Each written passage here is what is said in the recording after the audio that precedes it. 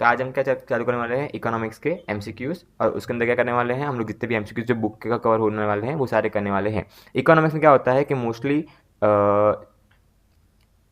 15 से 17 मार्क्स के MCQs book से ही पूछे जाते हैं। हालांकि इकोनॉमिक्स में ऐसा एसपी ऐसा नहीं है कि अपन को सारे के सारे एमसीक्यूज बुक के ही आएंगे, इसमें बुक के बीच में से पूछते हैं, पर इससे बेटर ये पर बुक के एमसीक्यूज करके जाने चाहिए, क्योंकि बुक के एमसीक्यूज बहुत बार रिपीट होते हैं। चलो विदाउट एनी लेट हम लोग स्टार्ट कर रहे हैं फर्स्ट चैप्टर का।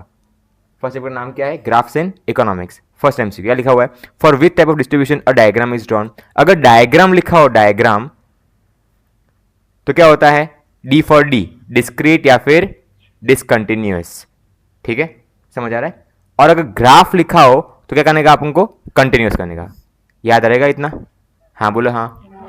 हाँ, अगर डायग्राम लिखा हो तो डिस्क्रीट और डिसकंटिन्यूअस, और ग्राफ लिखा हो तो कंटिन्यूअस। ठीक है, which of the following diagrams are drawn for simple data. Simple data के लिए, सॉरी, सिमिलर लिखा हो, सिमिलर डेटा के लिए क्या यूज होता है, simple bar diagram and cluster bar diagram. Which of the following statement is true for internet in the present times. वो क्या, अब इंटरनेट आज के ज़माने में पता है, चैट जीपीटी हो गया, ठीक है, आज के ज़माने में गूगल हो गया, ठीक है, ये सब कुछ क्या है हमारे लिए, क्या है, एक इंटरनेट क्या है, पढ़ने का तरीका है, स्टडी के लिए और रिसर्च के लिए क्या होता है, एक टूल होता है, तो tool for studying. Last, who और which type of organization present data CDs pertaining to economic information. Data CD अगर आपको चाहिए कोई इकोनॉमिक इन्फॉर्मेशन के लिए तो कहाँ से मिलता है, laboratories, research centres and government. चलो फर्स्ट चैप्टर हो गया हमारा, अब आगे बढ़ रहे हैं सेकंड चैप्टर के लिए। सेकंड चैप्टर का नाम क्या है, indicators of growth and development. फटाफट फटाफट फटाफट, fast fast fast fast fast fast, yes. क्या लिखा first MCQ, development is a multi dimensional process. Development क्या है, एक मल्टी डायमेंशनल, तो हु गिवन द स्टेटमेंट, टोडारो।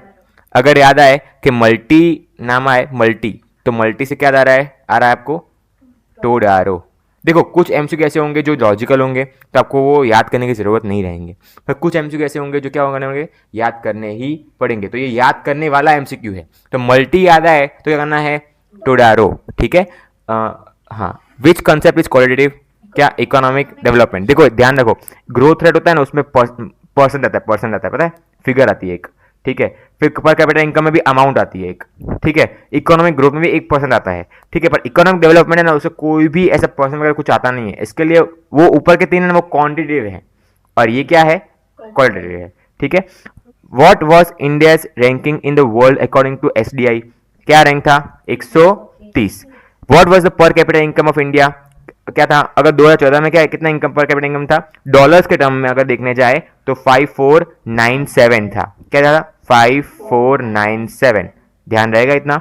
चलो, when economic development takes place in the country, contribution of agriculture sector decreases. ध्यान रखना, जब भी इकोनॉमिक डेवलपमेंट होता है कंट्री में तो एग्रीकल्चर सेक्टर डिक्रीज होता है। कैसे, फॉर एग्जांपल आज से 50 साल 100 साल पहले देखें, ठीक है, 100 साल पहले तो इंडिया में बहुत सारा एग्रीकल्चर सेक्टर था, ठीक है, तब क्या इंडिया का डेवलपमेंट था, नहीं।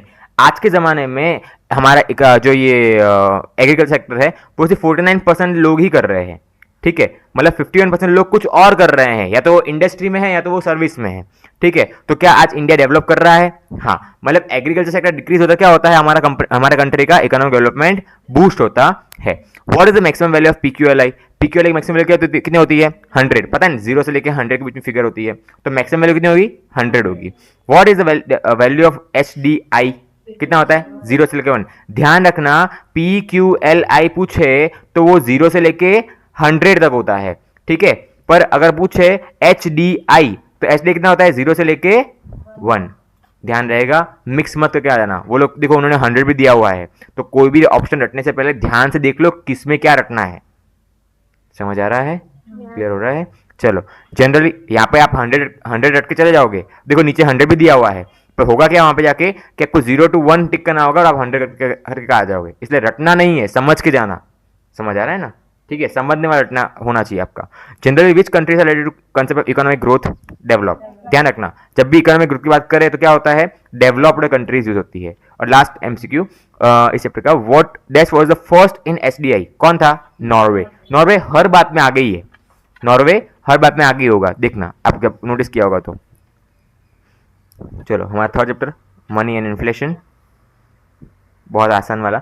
Who gave the definition what is accepted universally in exchange of goods of services and money. देखो जब भी एक्सचेंज ऑफ गुड्स और सर्विस की डेफिनेशन की बात करी जाए तो कौन, वो किसने दी थी, हमारी रॉबर्टसन ने दी थी। क्या किसने दी थी? तो हमने ऊपर क्या पढ़ा था, ऊपर क्या आया था हमारा याद करने वाला, टुडे का ऊपर ऊपर ऊपर ऊपर ऊपर कौन सा कीवर्ड याद करने के लिए मैंने बोला था आपको, मल्टी। तो मल्टी आया तो क्या करना है आपको, टुडारो। और यहाँ पे क्या दिया हुआ है, exchange of goods and services. अगर एक्सचेंज की बात करें तो रॉबर्टसन, ठीक है, रॉबर्टसन। रॉबर्टसन के स्पेलिंग में ई आ रहा है, देखो ई, दिख रहा है आपको, तो रॉबर्टसन से ई याद करना, ठीक है। और ऊपर क्या आया था, मल्टी।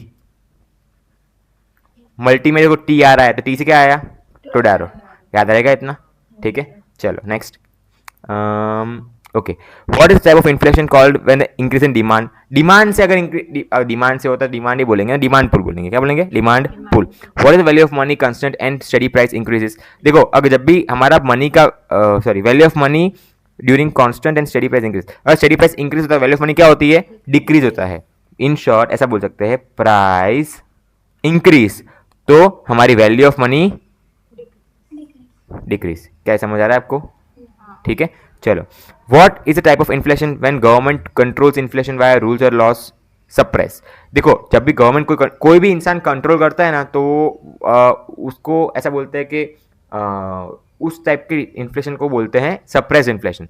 बहुत सारे कंट्रीज में क्या होता है कि जब भी बहुत सारा महंगाई बढ़ जाती है ना, तो गवर्नमेंट इंटरफेयर करती है और वो रूल्स एंड रेगुलेशन बनाती है ताकि वो क्या हो, महंगाई थोड़ी कंट्रोल में आ जाए। तो उसको सप्रेस्ड बोलते हैं, क्या बोलते हैं, सप्रेस्ड, ठीक है।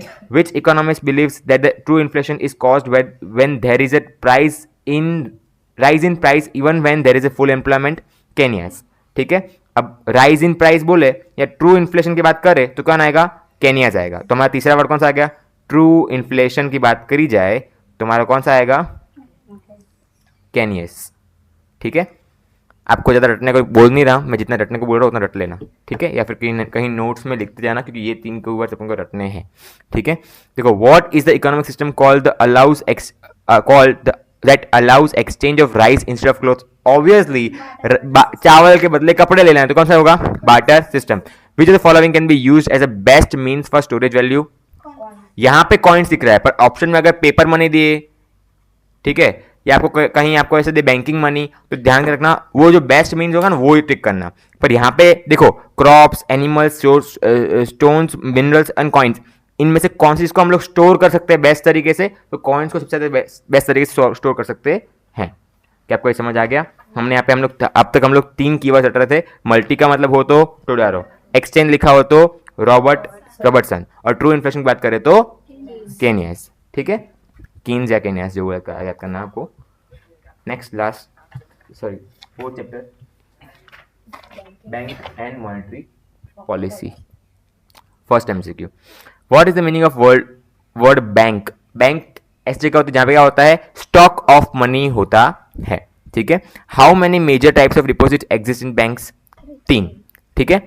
कौन कौन से होते हैं, एक तो होता है सेविंग्स, दूसरा होता है करंट, और तीसरा होता है फिक्स्ड, ठीक है। आपको ये ध्यान रहेगा। सर कोई बोलेगा सर ये रिकरिंग डिपॉजिट कहाँ जाएगा, तो वो किसका टाइप है, वो सेविंग्स का एक टाइप है, ठीक है। इसके लिए वो उसको काउंट नहीं करते, अदरवाइज ये 3 काउंट होते हैं।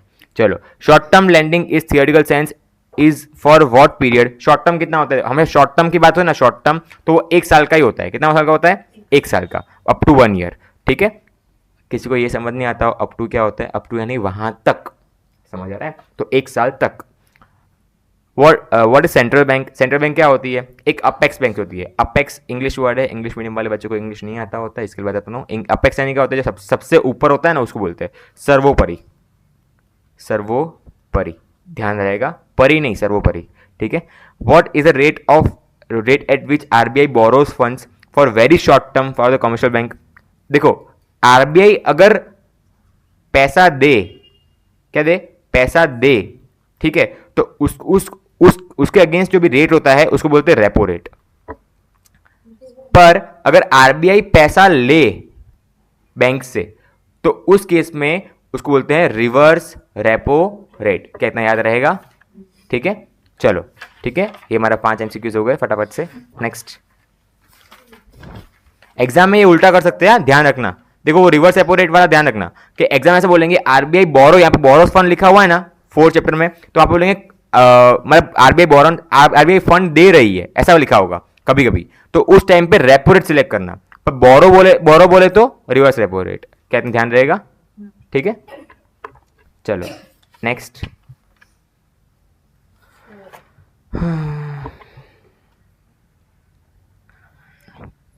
फटाफट से खुल जा भाई, चल। हाँ, how many minimum daily calories पर person per day is set by Indian council of medical research rural area. देखो अगर रूरल एरिया की बात करें तो कितना होता है 2400, और अगर अर्बन एरिया की बात करें तो 2100। ठीक है, यहाँ पे कितना दिया हुआ है, रूरल एरिया की बात करी हुई तो क्या कितना आएगा 2400, पर यहीं अगर एमसीक्यू में चेंज करके अर्बन कर देता तो क्या हो जाता 2100। ध्यान रखना, ये लोग खेलते हैं कभी कभी, ठीक है, एमसीक्यूज में। What amount of rupees are decided by Tendulkar committee, क्या होता है? हाँ, उन्होंने कितना कितना डिसाइड किया था पॉवर्टी लाइन के लिए 1000 रुपीज। ठीक है, which state has the lowest poverty in India? Goa. आपको ये चार्ट देख के जाना पड़ेगा, चार्ट खोलो फटाफट से, कहाँ गया, कौन से पेज नंबर पे है?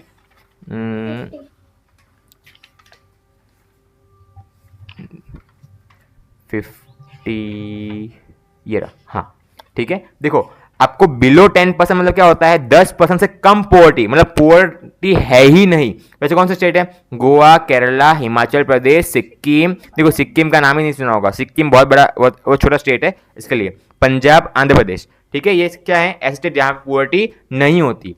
और सबसे ज्यादा पोवर्टी कौन से स्टेट में है? मध्य प्रदेश, आसाम, ओडिशा, बिहार, अरुणाचल प्रदेश, मणिपुर, झारखंड, छत्तीसगढ़। सर अपन गुजरात में रहते हैं, वो कहाँ पे आता है? देखो दिख रहा है आपको, गुजरात 2nd नंबर पे। ठीक है, तो वो भी आपको याद रखना पड़ेगा, पर ऊपर के और नीचे के एक बार पढ़ लेना, समझ आ रहा है ना? देखो मध्य प्रदेश गरीब, आसाम गरीब, ओडिशा गरीब, बिहार गरीब, अरुणाचल प्रदेश गरीब, मणिपुर गरीब, झारखंड गरीब और छत्तीसगढ़ गरीब। अमीर कौन है? गोवा, आहा, केरला, आहा, हिमाचल प्रदेश, ओ हो, सिक्किम, ओ हो, पंजाब, ओ हो पाजी, फिर आंध्र प्रदेश। ठीक है, ये क्या है? अमीर स्टेट है। ठीक है, आपको एमसीक्यू में घुमाने के लिए बोल सकते हैं, ध्यान रखना, और 1 वर्ड में भी आते हैं। ठीक है, चलो ये हो गया। हाँ, according to all estimate 30 to 40% में कौन कौन आ रहा है? देखो पंजाब वो तो अमीर है ना भाई, है ना? जम्मू कश्मीर वो तो मिडिल में शायद आता था कहीं पे, कर्नाटक वो मिडिल में आता था, उड़ीसा वो कहाँ है? गरीब। क्या आपको याद रहेगा? हाँ चलो, what is the percentage of mall nourished people? कितने परसेंटेज लोग हैं? 15.2। ठीक है, ये हो गया आपका चैप्टर। फटाफट से नेक्स्ट चैप्टर की तरफ आगे बढ़ते हैं, फास्ट। ओके मिल गया। चैप्टर का नाम क्या है? अनएम्प्लॉयमेंट।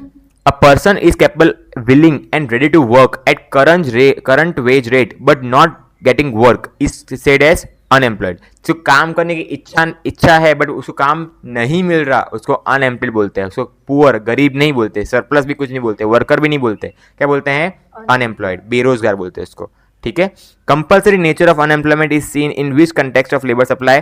एक्टिव। ठीक है, कंपल्सरी नेचर यानी क्या होता है? जैसे फॉर एग्जांपल 18 से 24 साल की उम्र जो होती है ना, वो कंपल्सरी वाले बोलते हैं, लाइक उनको क्या होता है काम करना ही पड़ता है, फिर भी उनको नहीं मिलता तो उसको बोलते हैं एक्टिव अनएम्प्लॉयमेंट बोलते हैं।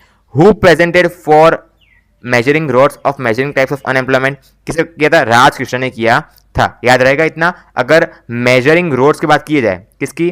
मेजरिंग रोड्स की, तो क्या होगा? राजकृष्ण का आएगा। ठीक है, R for roads, R for Rajkrishna. ठीक है, आगे हमने 3 देखे थे, याद आ रहा है वो भी? ठीक है, चलो next. Which type of unemployment arise due to lack of effective demand? Cyclical. देखो डिमांड की जब भी बात होती है, डिमांड सप्लाई की बात होती है ना, तब साइक्लिकली होता है। साइक्लिकल आंसर क्या होता है? जब भी पता है ना, वो बूम रिसेशन पीरियड का वजह से कोई अनएम्प्लॉयमेंट आता है तो उसकी वजह से डिमांड कम होती है, सप्लाई कम होती है, सप्लाई बढ़ जाती है, तो उसके केस में जो अनएम्प्लॉयमेंट क्रिएट होता है ना, उसको बोलते हैं साइक्लिकल। ठीक है, with type of production technique increase unemployment? Capital intensive. ध्यान रखना, प्रोडक्शन टेक्निक 2 टाइप के होते हैं। कौन कौन से होते हैं? एक तो लेबर इंटेंसिव होता है और एक कैपिटल इंटेंसिव। अगर कंपनी क्या करती है, मशीन ज्यादा लाती है, तो ऑब्वियसली मशीन लाने की वजह से क्या होगा? लेबर्स की कम रिक्वायरमेंट होगी, तो लेबर्स को निकालना पड़ेगा, तो ऑब्वियसली वो जो लेबर को निकाल दिया वो क्या हो जाएंगे? अनएम्प्लॉय हो जाएंगे। तो इसके लिए प्रोडक्शन टेक्निक में अगर अनएम्प्लॉयमेंट कब आती है, जब कैपिटल इंटेंसिव होता है। मशीन लाना मतलब कैपिटल इंटेंसिव, ठीक है। चलो नेक्स्ट चैप्टर फटाफट से, fast fast fast. Next chapter poverty है ना, पॉपुलेशन है, पॉपुलेशन पुअर्टी तो हो गया नहीं। चलो, who was responsible for the introduction of population census for the first time in India? कौन था? मैंने अब निकाल, हाँ जमशेदजी टाटा, शायद ये निकल गया, ओके। जमशेदजी टाटा, जो टाटा कंपनी चल रही है ना, उनके ही जो जिन्होंने स्टार्ट किया था ना, वही रिस्पॉन्सिबल थे, उन्होंने ही स्टार्ट किया था। समझ आ रहा है ना? तो किन्होंने पॉपुलेशन सेंसस का आइडिया लाया था फर्स्ट टाइम कि हमको जितनी भी देश की वस्ती है उनको गिनना चाहिए? जमशेदजी टाटा, ठीक है। What is the estimated population of India between 1125? 11 से 2025 तक की पॉपुलेशन कितना होगा? ऑब्वियसली कितना होगा? 139.98। फर्स्ट पॉपुलेशन, देखो ऐसे वर्ड्स को अगर आप एक बार भी ध्यान से सुन लेते हो ना, तो आपको एग्जाम में वो क्लिक हो ही जाएगा, ठीक है। अगर मैं बोल रहा हूँ ना, तो मैं बहुत बाहर देके बोल रहा हूँ, बहुत सोच समझ के बोल रहा हूँ, तो ध्यान ध्यान से सुनो, ठीक है। अभी आप टाइम पास करने के लिए सुन रहे होगे, पर ऐसा नहीं है।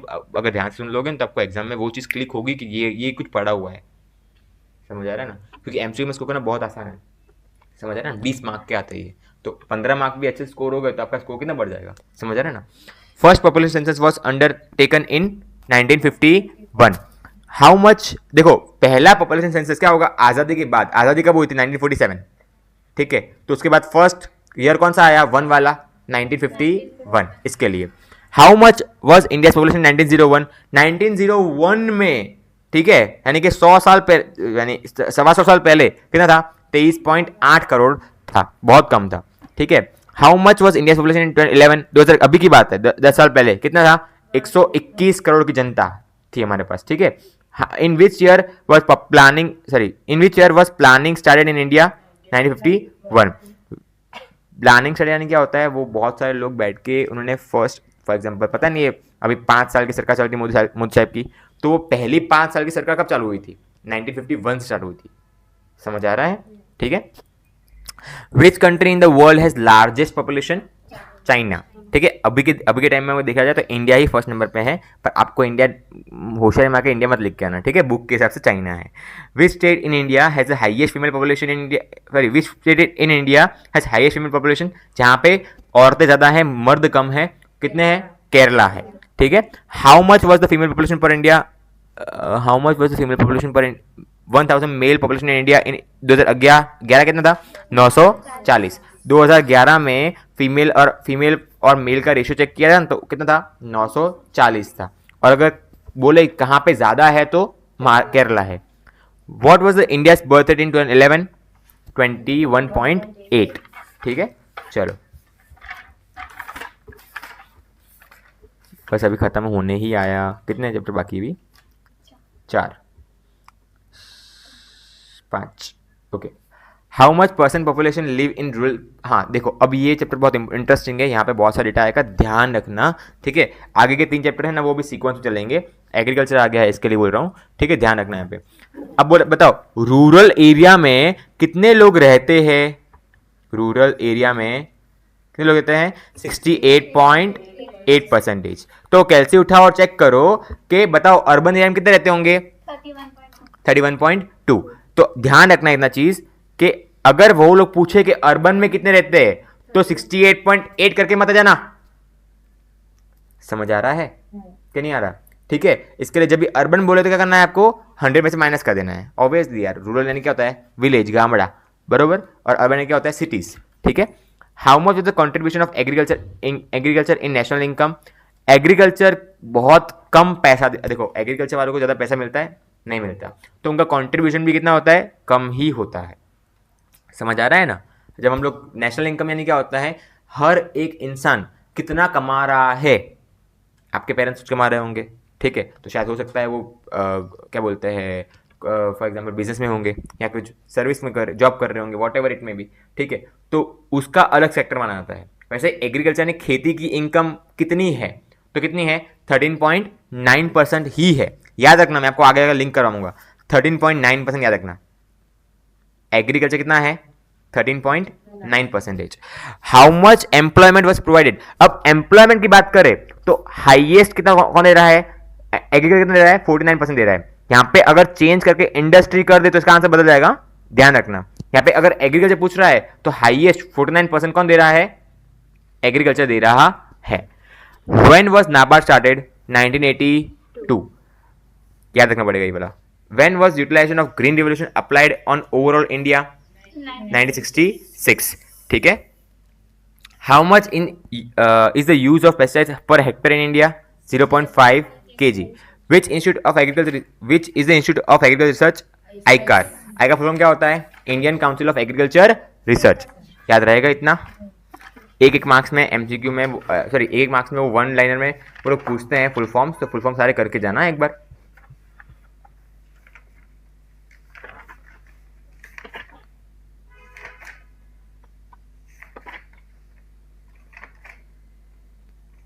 Foreign trade. What happens owing to trade. अगर owing to trade यानी कि ट्रेड की वजह से क्या हो जाता है, डाइवर्सिफिकेशन इन प्रोडक्शन अकर्स. ठीक है. अलग अलग टाइप के प्रोडक्ट मतलब हम लोग बनाते हैं, उसको बोलते हैं डाइवर्सिफिकेशन बोलते हैं. ठीक है. In today's time which factor of production is most mobile in international trade, labour. ठीक है. लेबर हम लोग कहीं भी बेच सकते हैं. आप लोग सोच रहे हो कि सर मैं ये इतना समझा बोल के क्यों करवा रहा हूँ, अगर एमसीक्यू पढ़वाना ही है तो फिर रीड कर लो. ठीक है. मैं अगर बोल क्यों रहा हूँ, अगर मैं कुछ छोटा बहुत भी एक्सप्लेनेशन दूंगा ना तो वो दिमाग में आपके स्टिक हो जाएगा, इसके लिए दे रहा हूँ. तो एक्सप्लेनेशन को एज अ वो पार्ट मत समझना कि क्यों ही समझा रहा है. ठीक है, ऐसा मत समझना. Which significant change has occurred in India's foreign trade after 2005. The size of trade has increased and India's rank in world trade has risen. Logically सोचो, इंडिया पहले से बहुत ज्यादा प्रगति कर चुका है. पहले कुछ भी नहीं था इंडिया में, अभी इंडिया बहुत ज्यादा आगे बढ़ रहा है. Which countries has been can be included in the list of India's international trade partners? England and Russia. Russia तो हमारा भाई भाई जैसा हो गया है. ठीक है. और इंग्लैंड भी शामिल है उसमें. ठीक है. चाइना और जापान तो सोचो ही मत उसका. तो what is the balance of trade. क्या होता है, मर्कंडाइज विजिबल ट्रेड. क्या बोलते हैं, बैलेंस ऑफ मर्कंडाइज विजिबल ट्रेड. अगर बैलेंस ऑफ ट्रेड की बात करें तो सामने ट्रेड तो आना ही चाहिए, पीछे ट्रेड तो आना ही चाहिए, पर कौन सा ट्रेड, मर्कंडाइज ट्रेड. याद रहेगा इतना. ठीक है. Last, the balance of payments of has how many accounts. दो टाइप के अकाउंट्स होते हैं. कौन कौन से होते हैं, एक तो होता है बैलेंस्ड और दूसरा होता है अनबैलेंस्ड. याद रहेगा इतना. चलो फटाफट से लास्ट सेकंड लास्ट कौन सा आ गया हम लोग, ये आ गया 10 चैप्टर की तरफ. First yes. How much was the contribution of industries इन 2014? 27%. अब बताओ, नेशनल इनकम की बात थी तब एग्रीकल्चर ने कितना दिया था, आगे आया था ना. एग्रीकल्चर 13.1% था शायद तक से, और 9% था. ठीक है. और अगर इंडस्ट्री की बात करें तो कितना थे, 27%. तो बताओ बचा कितना, करो 100 माइनस 13.9 माइनस 27, वो बचेगा सर्विस का 59.1%. ये तीनों परसेंटेज आपको याद रखने पड़ेंगे.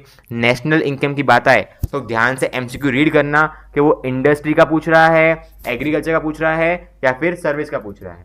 सर्विस का पूछेगा करना है आपको 1, एग्रीकल्चर पूछे तो 39, एग्रीकल्चर का तो 13.9 और इंडस्ट्री पूछे तो 27%. ये अगर लिखा हुआ ना हो तो लिख लेना कहीं पे. ठीक है. चलो, what was the proportion of employment in industries. अब एम्प्लॉयमेंट की बात करें तो याद करो, एग्रीकल्चर में सबसे हाईएस्ट था कितना, 49%. इंडस्ट्री में कितना है, 24.3%. कैलसी उठाओ, बताओ 100 माइनस 49 माइनस 24.3 कितना होता है, कितना होता है, 100 माइनस 49 माइनस 24.3, 26.7%. ठीक है.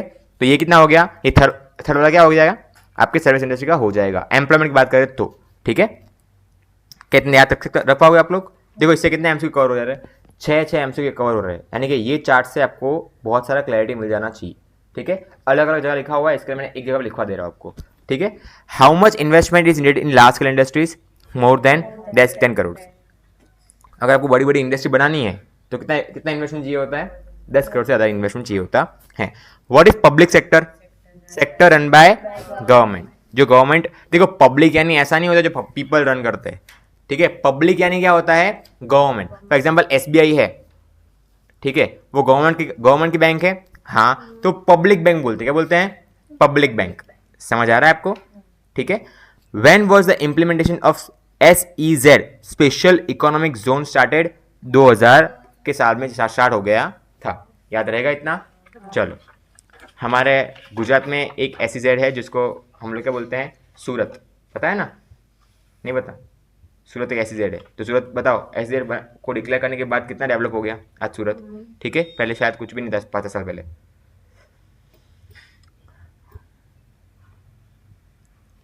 चलो, ये चैप्टर का नाम क्या है? Emerging issues in Indian economy.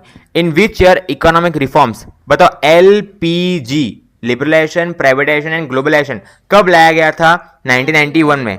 और नाम पूछे तो कौन लाया था? मनमोहन सिंह की सरकार में लाया गया था। याद, एग्जाम में नहीं आएगा बट नॉलेज के लिए याद रखना, ठीक है। Identify the type of effect that is caused by migration due to pull factors, positive effects, ठीक है। By 2020 how much of the world population will be in cities? 2/3।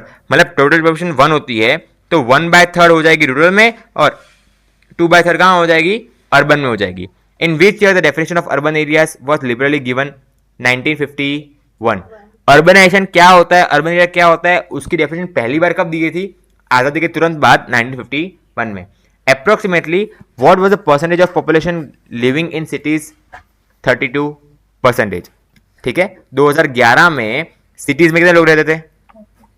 32%। अब बताओ, अगर 32% सिटीज में है तो बाकी के कहाँ होंगे? गामड़े में, रूरल में। तो माइनस करो, 100 माइनस 32 कितना होता है? 68%, ठीक है। उल्टा कर ध्यान रखना भाई। Which age group of children are eligible for compulsory and free education?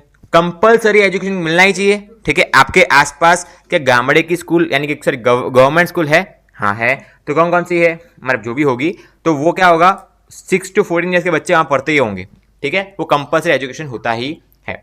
What was the extent of literacy in India in 2011?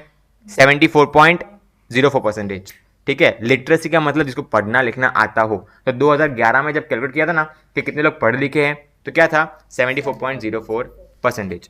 Railway started for the first time in India 1853। आजादी के पहले से ही रेलवे चल रही है, तो कोई भी नमूनापंथी करके आगे पीछे मत करके आना। 1853 स्टार्ट हो रही है, ठीक है। ONGC सेटअप कब हुआ था? 1959 में हुआ था। तो